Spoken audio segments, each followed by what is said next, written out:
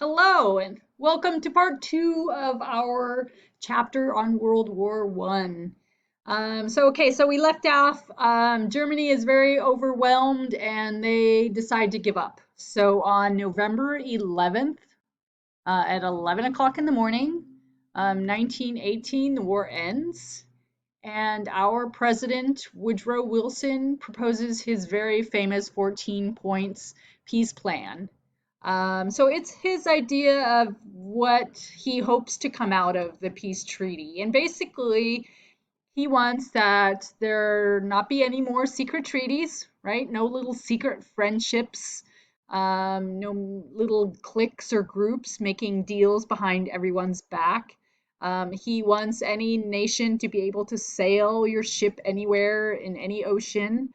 He wants, navies and armies to be sized down. So again, this is kind of coming from Germany and how big they made and grew their army. Um, and so he wants countries to have very small or smaller armies.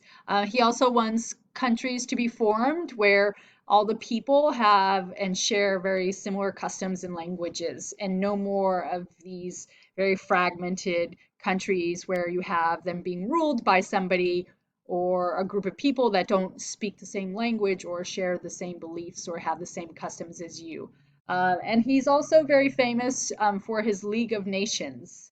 And it was his dream that you had this organization to kind of keep an eye on the rest of the world. And if problems ever came up in the future, you would have this League of Nations to resolve any conflicts. Okay. Okay. So the meeting is held in the Palace of Versailles in Versailles, France, and this is the very famous Hall of Mirrors, and you can see they're here and they go all the way down the the length of the hall. So this was very famous, the very famous Versailles Treaty at the Palace of Versailles. Okay, and it was actually very unfair to Germany, and we discussed this a lot in world history, and we will discuss it again if you're with me next year. So it was very unfair to Germany. Actually, they were not invited, and they were not really included in the discussion until after the treaty was written. So really, it was just the big four. They were the ones who were there discussing how this war should be wrapped up, and that was the United States, Great Britain, France, and Italy. Um, and the results were that the Austro-Hungarian Empire was broken up. And this is where you see a lot of the countries, like Czechoslovakia, what else? Yugoslavia, Poland, many of these new countries, actually, this is when they begin. This is when they are created. But the bulk of the treaty really punished Germany.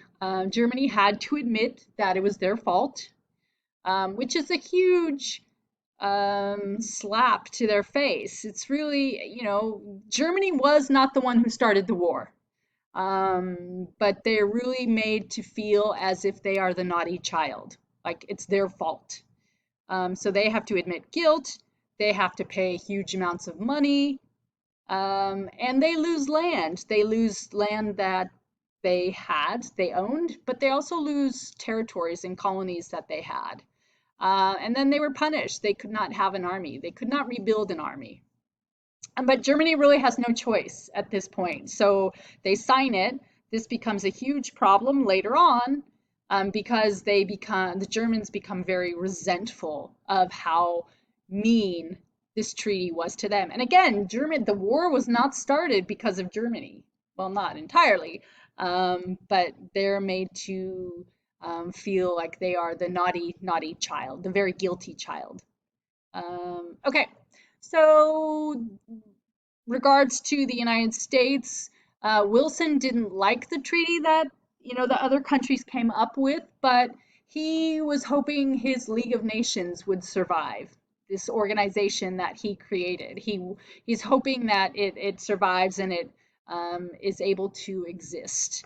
But for the United States to accept a treaty from another country, the Senate has to approve.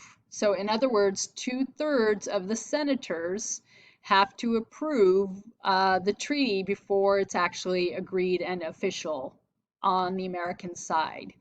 There were several senators who did not like this treaty, mainly because of the League of Nations. They were worried that this organization, this policing, this kind of organization that would police other countries, they were worried that it would drag the United States into future foreign wars. So Wilson's like, I like my plan. I'm not going to change it. This is what it is. The Senate voted on it twice, and both times it failed. So this was the first treaty that was not approved by the American government. So as a result, the United States did not join the League of Nations, which was rather ironic because this was an organization created by an American president. And in the end, the Americans do not join this organization, this League of Nations. And again, world history, this will come back to haunt us because the League of Nations is created, it does exist, but it was so weak that it couldn't do anything. And this is when we see the rise of Germany and World War II. But that's another class. Okay. And that's it. So again, I'll put this in an Edpuzzle. There'll be some questions for you guys to answer, just some simple questions. And then I will have you watch some videos for chapter 24, which is the Roaring Twenties. Yep, the Roaring Twenties. So that's it for this. That's it for the US and World War I. All right, see you later.